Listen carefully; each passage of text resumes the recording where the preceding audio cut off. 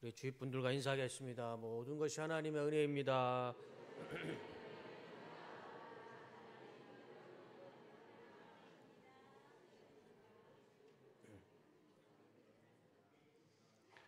그 옆 사람 분과 손 한번 꼭 잡아주시고 이렇게 인사할까요? 하나님과 추억을 만들어요.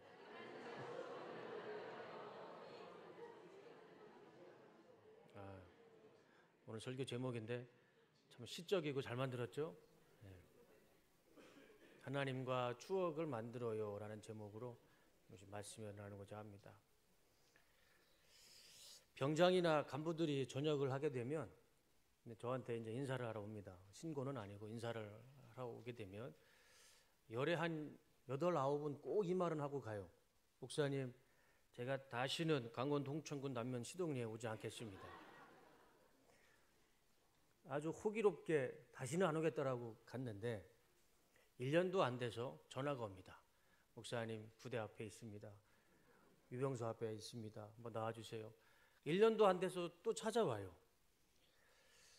그렇게 싫고 힘들고 기억하고 싶지 않은 그 부대를요, 1년이 지나지 않고 또 찾아오는 이유는 거기에 추억이 있기 때문에, 거기에 또 좋은 기억이 있기 때문에 찾아오는 것이죠.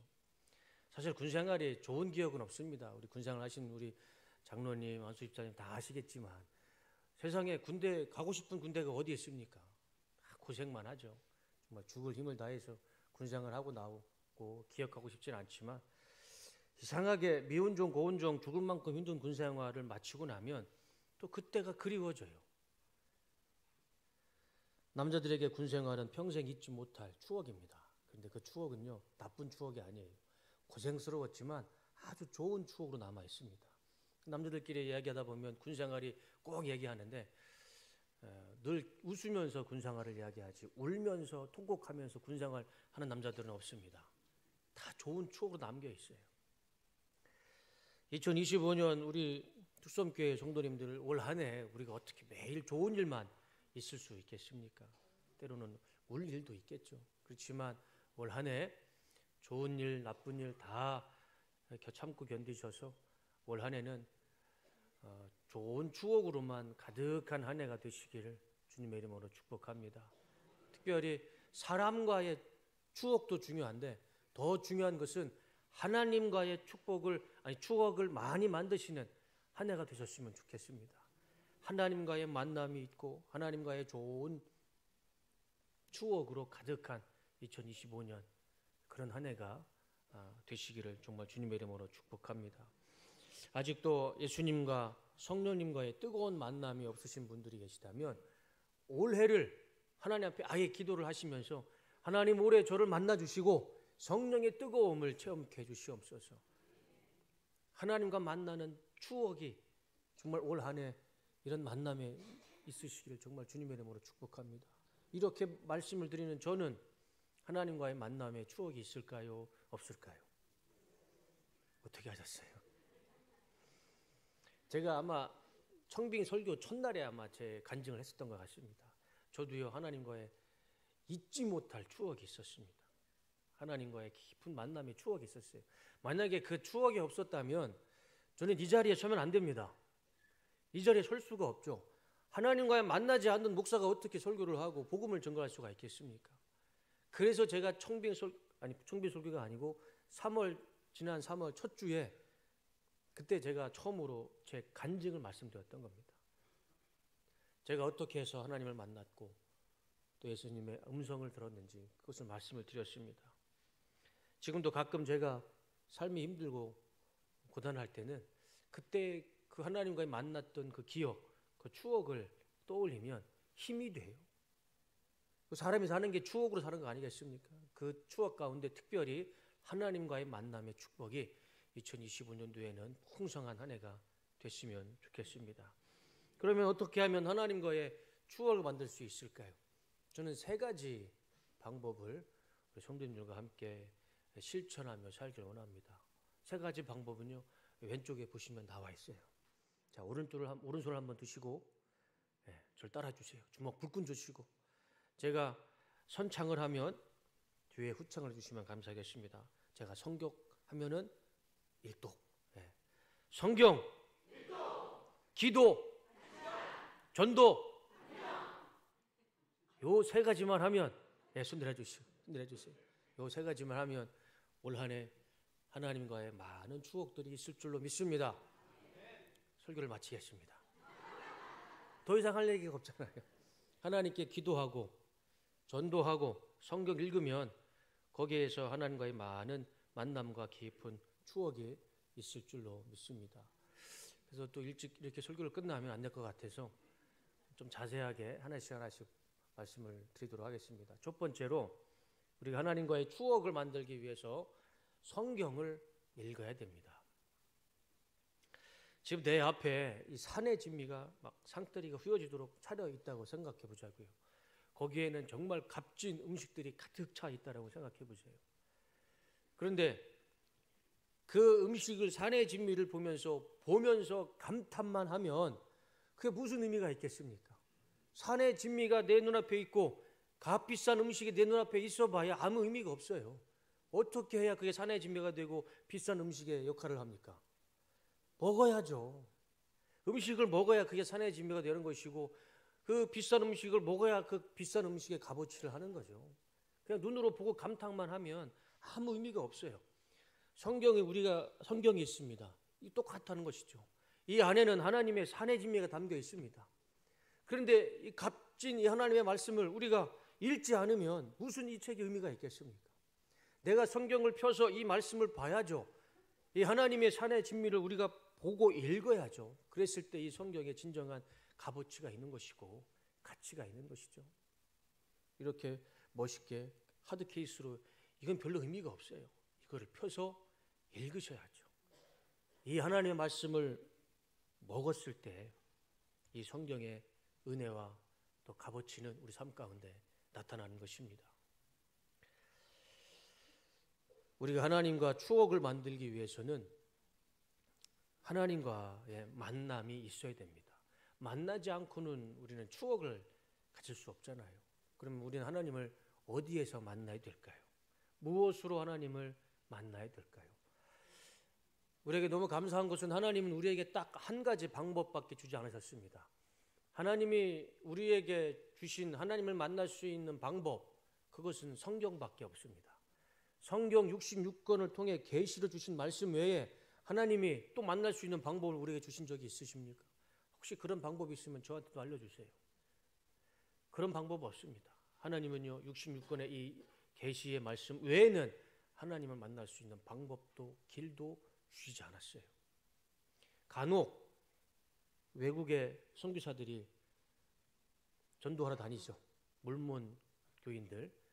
그들은 이 66권 성경 말고도 또 한 권의 성경을 봅니다. 그렇지만 하나님은 분명하게 우리에게 이 성경 외에는 하나님을 만날 수 있고 하나님을 깨달을 수 있는 방법을 주시지 않았어요. 그리고 이 성경을 통해 하나님을 만나고 성경을 통해 하나님을 깨달아야 가장 안전합니다. 성경 외에서 성경 밖에서 하나님을 만나거나 깨달으면 기준이 모호해집니다. 그래서 우리 특수험교 성도님들은 이 성경 66권 외에는 다른 곳에서 하나님을 찾지 마시고 하나님을 만나지 마시고 오직 말씀, 오직 성경을 통해서 하나님을 만나시고 깨달으시고 하나님과의 추억이 많이 쌓이시는 은혜가 있으시기를 주님의 이름으로 축복합니다. 우리 침례교회 전통은요 오직 말씀입니다. 우리 침례교도들은 성경 외에는 우리는 믿지 않습니다. 성경 외에는 그 어떤 것도 권위가 없습니다.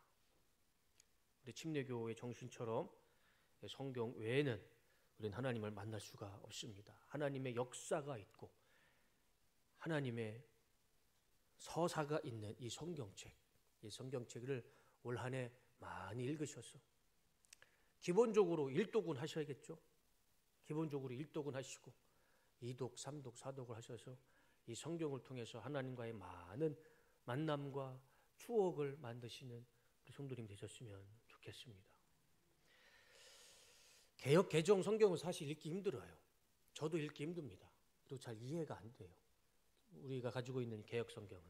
그래서 한국교회에서 많은 번역서를 출판했습니다.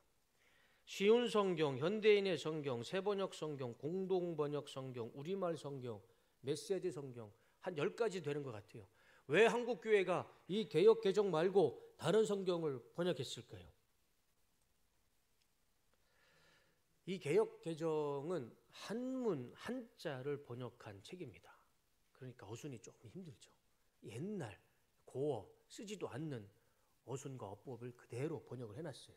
그러다 보니까 우리가 사실 이 개역개정 읽기에는 되게 힘들죠. 그래서 한국교회가 현대인에 맞는 우리의 문화와 정서에 맞게 성경을 번역한 책들이 참 많이 나와 있습니다. 제가 권면해 드리는 것은 이 개역개정도 물론 중요하지만 내 신앙의 성장을 위해서 하나님과의 깊은 교제를 위해서 좀 쉬운 성경, 쉽게 번역한 성경을 하나를 더 사셔서 그 성경으로 올 한 해 읽으시면 더 큰 은혜가 있으리라 믿습니다. 미국은요 100가지의 번역 성경이 있습니다. 제가 아는 것만 50가지입니다. 왜 그렇게 많이 번역을 해놨을까요? 하나님과 더 깊은 교제를 위해서. 이 개역개정은 우리가 읽고 있는 이 개역개정은 우리 한국교회에서 정한 거예요. 어느 교단 어느 교파를 가더라도 이 하나로 통일하자.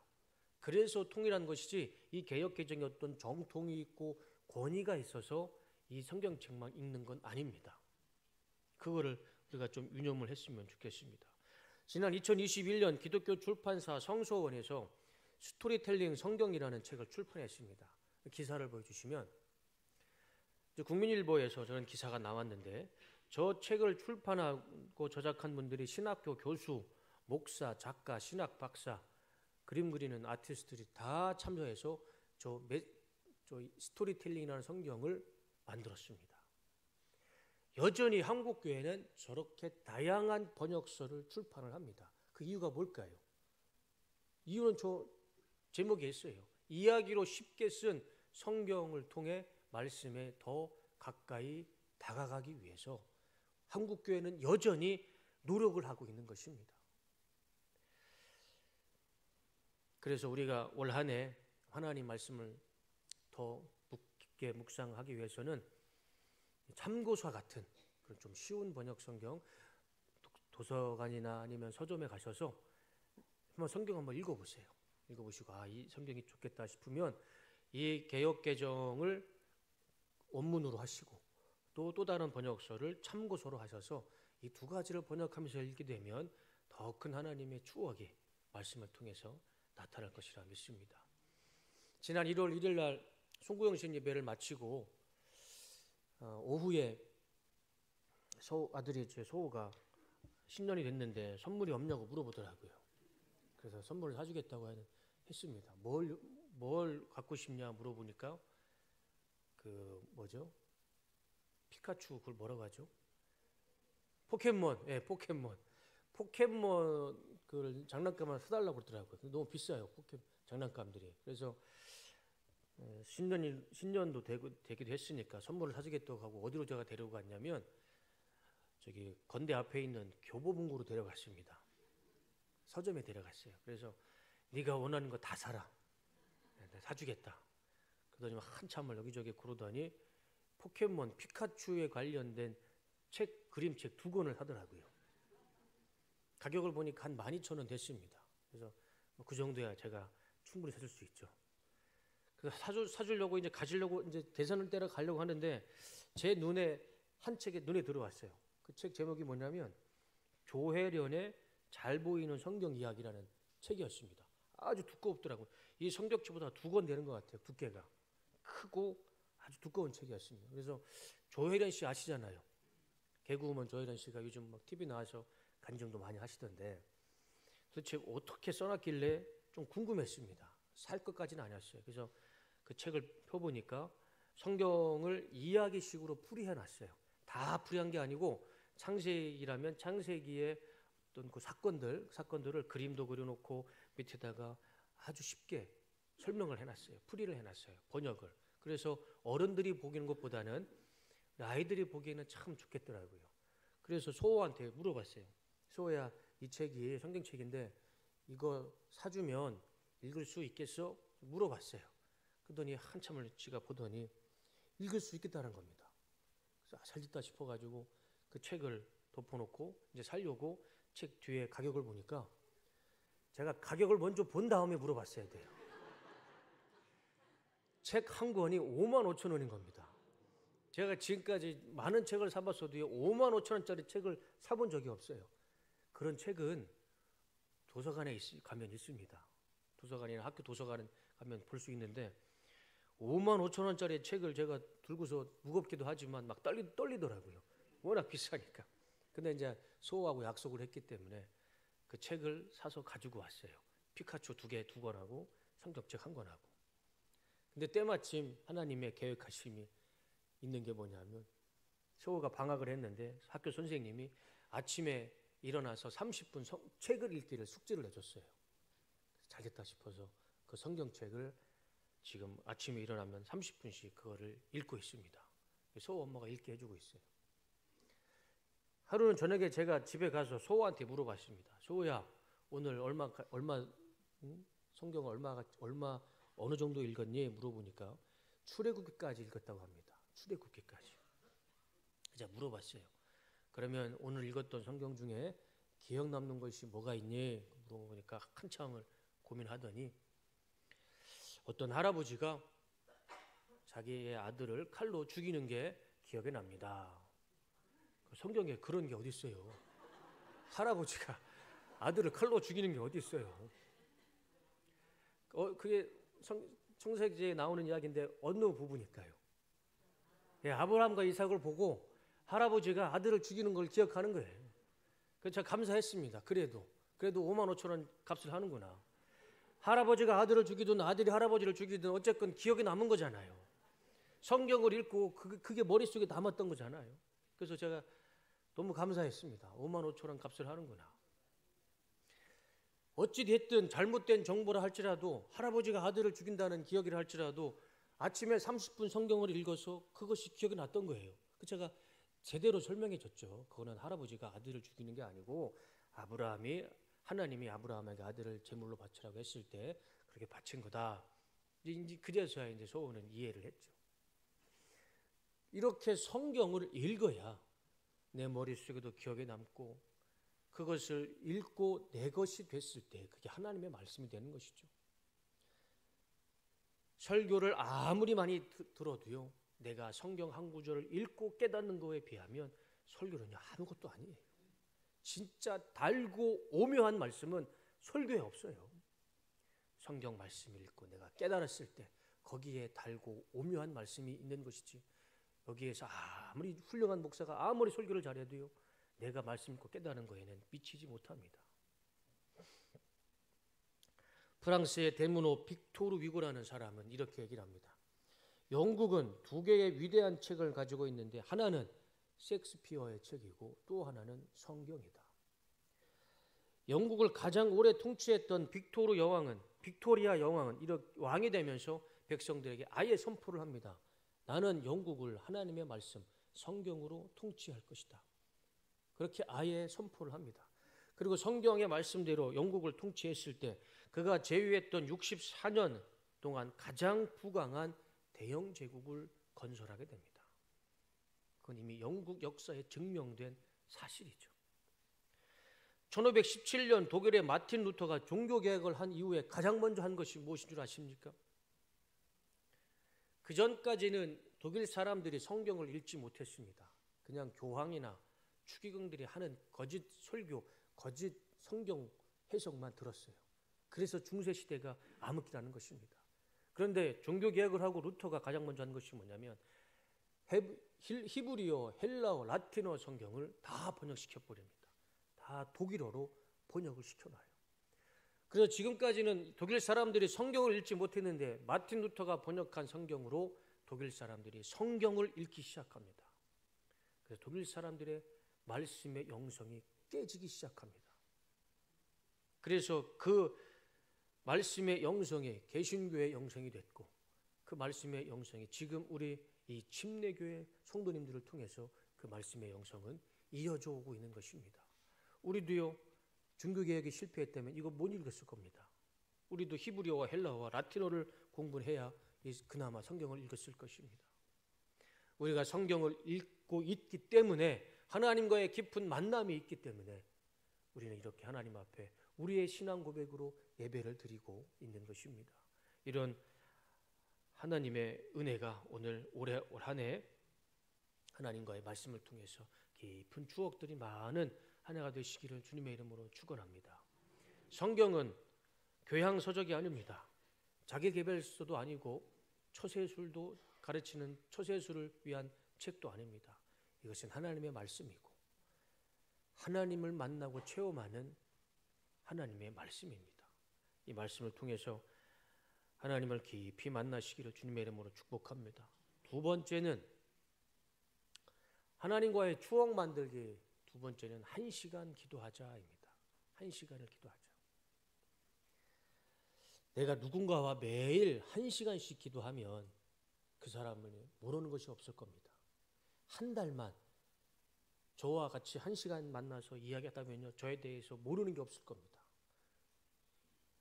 누군가 1시간만 매일같이 얘기를 한다면 그 사람을 다 알 수 있듯이 우리가 하나님 앞에 하나님께 기도한 1시간만이라도 매일같이 기도한다면 우리는 하나님에 대해서 많은 것을 알게 될 것입니다. 하나님의 마음을 알게 될 것이고 하나님의 뜻을 알게 될 것입니다. 하루에 1시간만이라도 기도를 한다면. 대화를 할 때 대화법이 있죠. 친구와 대화할 때가 다르고 부모님과 대화할 때가 다르고 어린아이와 대화할 때가 다르고 어르신들과 대화할 때가 다릅니다.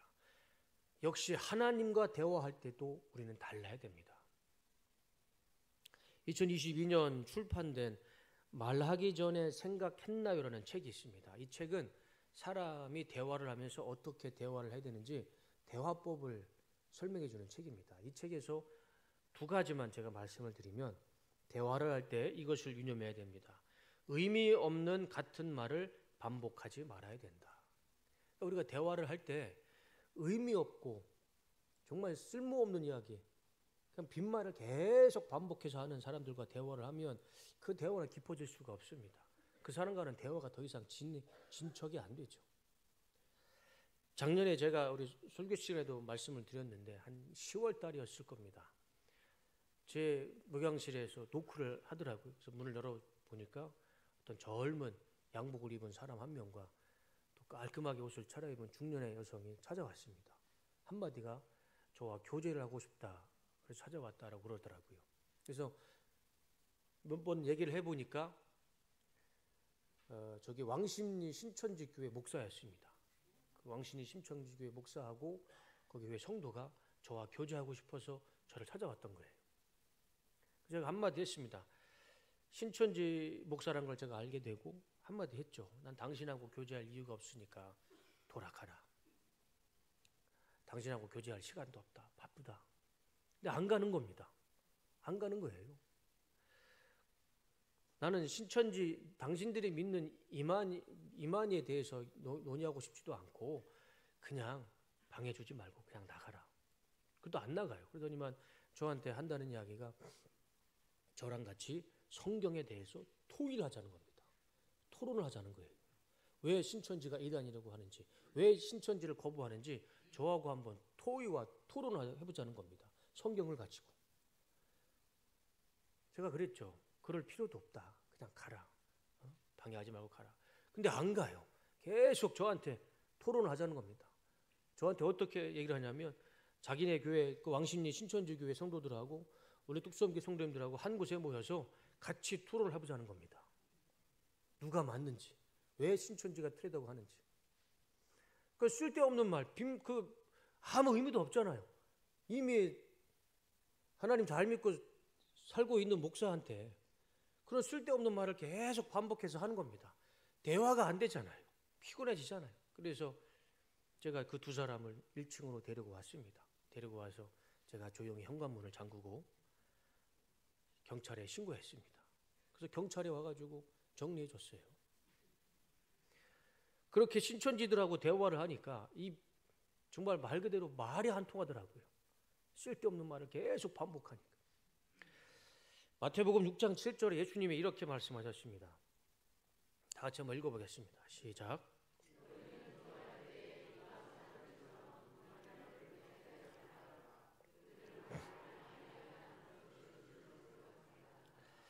예수님께서도요, 하나님과의 대화법을 말씀해 주셨습니다. 너희들은 이렇게 기도해라.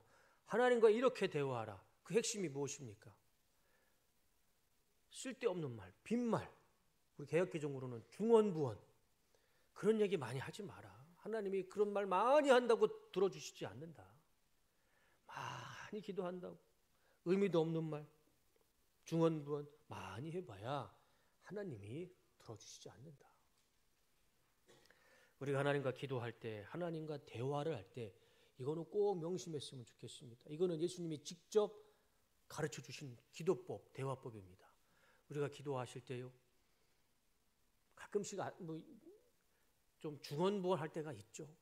그것을 중언부언하지 마시고 많이 기도 여러 가지 많이 한다고 하나님이 들어주시지 않은 거니까 우리 예수님께서 가르쳐 주신 이 기도법과 대화법으로 하나님과 기도하길 원합니다. 그리고 두 번째는 이 말하기 전에 생각했나요라는 책에서 사람과의 대화할 때 이렇게 대화를 하라고 합니다. 먼저 듣고 상황에 맞는 반응과 말을 해라. 한마디로 내가 말하기 전에 상대방의 말을 먼저 충분히 들어줘라. 그게 올바른 대화법이다 라고 이야기하는 겁니다. 책에서 이런 이야기를 합니다. 대화를 하다 보면 이 세 종류의 사람들이 있다고 합니다. 첫 번째, 내가 말하기도 전에 먼저 나의 문제를 지적하는 사람. 두 번째, 내가 A를 말하면 물어보지도 않았는데 A부터 Z까지 설명해 주는 사람. 세 번째, 말하는 도중에 계속 말을 끊고 자기 이야기만 하는 사람. 주변에 꼭 그런 사람들 있죠. 이렇게 대화하면 사람과의 대화가 깊어지지 않는다는 것이죠. 이렇게 대화하지 말라는 것입니다. 예수님의 대화를 보면 예수님이 먼저 말씀하신 것은 극히 드뭅니다. 예수님의 세상과 사람들과의 소통 방법이 무엇이냐면 예수님은 먼저 들어주셨어요. 성경을 잘 보세요. 유심히 보세요.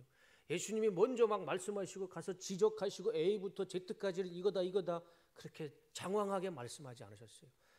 제자들이 물어보거나 유대인들이 물어보거나 바리새인들이 율법학자들이 물어보았을 때 예수님은 거기에 대해서 하나님의 말씀을 설명해 주셨고 예수님의 뜻을 설명해 주셨습니다. 이게 예수님의 대화법이셨어요. 먼저 들으시고 그 질문에 대한 대답. 그게 우리 복음 사복음서의 말씀입니다. 병자들을 보면 알 수 있잖아요. 예수님이 먼저 찾아가셔서 병자들을 고쳐주신 거 아니에요. 병자가 먼저 예수님을 부르짖습니다. 다윗의 자손 예수니여 나를 불쌍히 여기소서. 먼저 병자들이 예수님을 부르셨을 때 예수님이 찾아가셔서 네가 뭘 하길 원하느냐, 내가 뭘 해주길 원하느냐. 예수님의 대화법도 먼저 들으셨고 거기에 대한 말씀을 해주셨습니다. 이 예수님의 대화법처럼 우리가 하나님과 기도하고 하나님과 대화할 때 우리가 부르짖고 간구하는 기도도 필요하지만 더 필요한 것은 무엇일까요? 하나님의 말씀을 듣는 겁니다.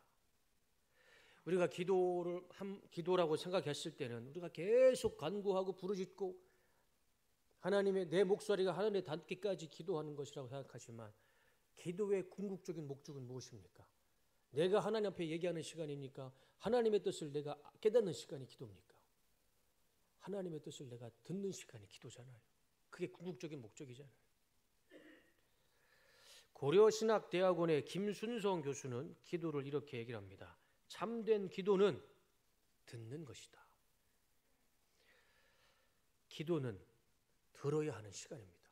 옛날 중세시대에 수도사들이 기도를 여러 가지 방법으로 기도를 드렸는데 그 중에 하나가 침묵기도라는 기도가 있답니다. 이 침묵기도는요, 하루 종일 한마디도 하지 않는 겁니다.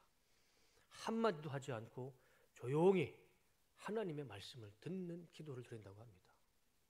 우리도 올 한 해 하나님 앞에 기도했을 때 내가 1시간, 2시간 기도하고 부르짖고 간구하는 기도도 중요하지만 하나님의 조용히 하나님의 말씀을 듣는 그런 기도도 우리 삶 가운데는 필요할 것이라 믿습니다. 마태복음 6장 6절에 예수님이 이렇게 말씀하십니다. 다 같이 읽어보겠습니다. 시작. 너는 기도할 때에 내 골방에 들어가 문을 닫고 은밀한 중에 계신 내 아버지께 기도하라. 은밀한 중에 보시는 내 아버지께서 갚으시리라. 예수님이 또 한 번 기도의 방법을 말씀해 주십니다. 첫 번째, 중언부언하지 마라. 그리고 어디 가서 기도하라? 골방에 들어가서. 골방에 아시잖아요. 조용한 곳이 나 혼자밖에 없어요. 그 골방에서 기도할 때 부르짖는 기도 못합니다. 쑥스러워서. 나 혼자 부르짖는 기도 못합니다. 골방에 들어가잖아요. 조용한 곳에 있으면 내 입은 잠잠해지고 고요해집니다. 그리고 어디가 크게 열리냐면 내 마음과 내 귀가 크게 열립니다. 그리고 하나님의 말씀을 묵상하게 돼요. 예수님이 말씀해 주시잖아요. 너희가 기도할 때 골방으로 들어가라. 은밀한 곳에서 들으시는 하나님께서요, 들으시고 역사해 주실 것이다. 기도는요, 부르짖는 기도도 있지만 들어야 할 기도도 분명히 있습니다. 올 한 해 하나님 앞에 기도하실 때 부르짖는 기도도 하시고 또 하나님의 말씀을 듣는 그 듣는 기도도 하셔서 기도를 통해 하나님과의 추억이 많은 한 해가 되시기를 주님의 이름으로 축원하고 축복합니다.